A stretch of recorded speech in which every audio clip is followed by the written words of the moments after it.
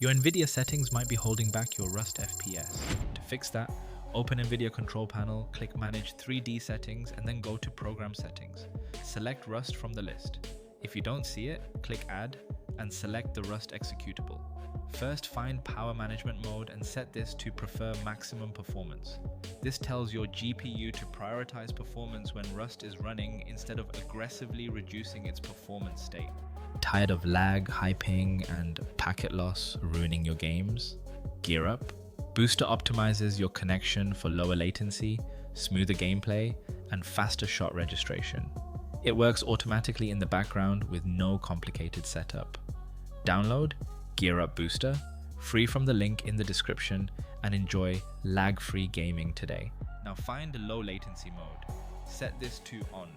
If you're trying to reduce input latency, this can help keep the render queue under control, but don't blindly set everything to ultra. For Rust, start with on and test your game. Next, find shader cache size. Set this to unlimited. Rust can compile and load a lot of shaders, so giving the driver more room for its shader cache can help reduce shader-related stutters in some situations. Now find texture filtering, quality, set it to high performance. This tells the driver to prioritize performance over texture filtering quality.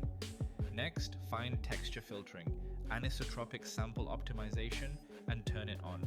Then find texture filtering, trilinear optimization, and turn it on. These settings can reduce some texture filtering workload, although the actual FPS difference will depend on your GPU and game settings. Now here's an important one. Find threaded optimization. For Rust, you can leave this on auto. NVIDIA can decide whether the application benefits from threaded optimization, and forcing settings here isn't guaranteed to improve performance. Next, find vertical sync. Set it to off if your goal is maximum FPS and minimum latency.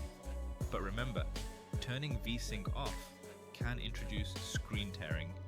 If you use G-Sync or another variable refresh technology, your ideal configuration can be different. Now find max frame rate. If you're trying to benchmark your maximum FPS, leave it off. If you're trying to get smoother frame times, you can use a frame cap based on your monitor's refresh rate. And here's another setting people constantly change without understanding it. Preferred refresh rate. Set it to highest available.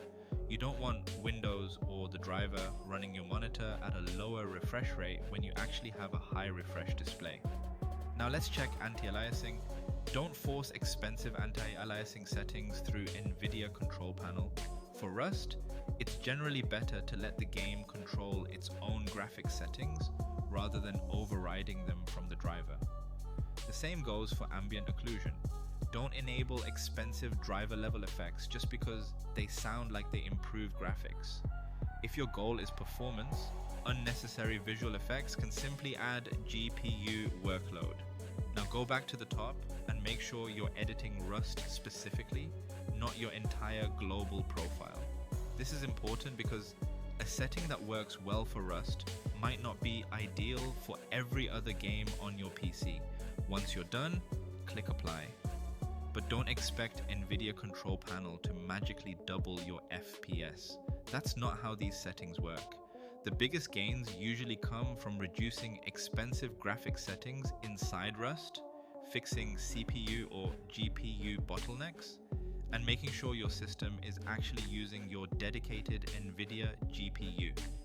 These NVIDIA settings are about giving Rust a better performance-focused driver profile.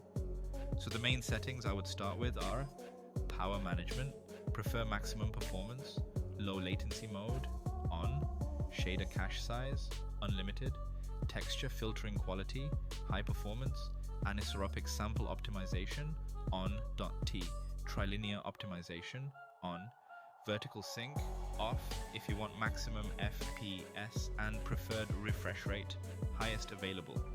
Test your FPS before and after changing the profile, because if you don't measure the result, you won't know whether a setting actually helped your system. For more Rust FPS optimization tips, subscribe our channel and comment before and after changing.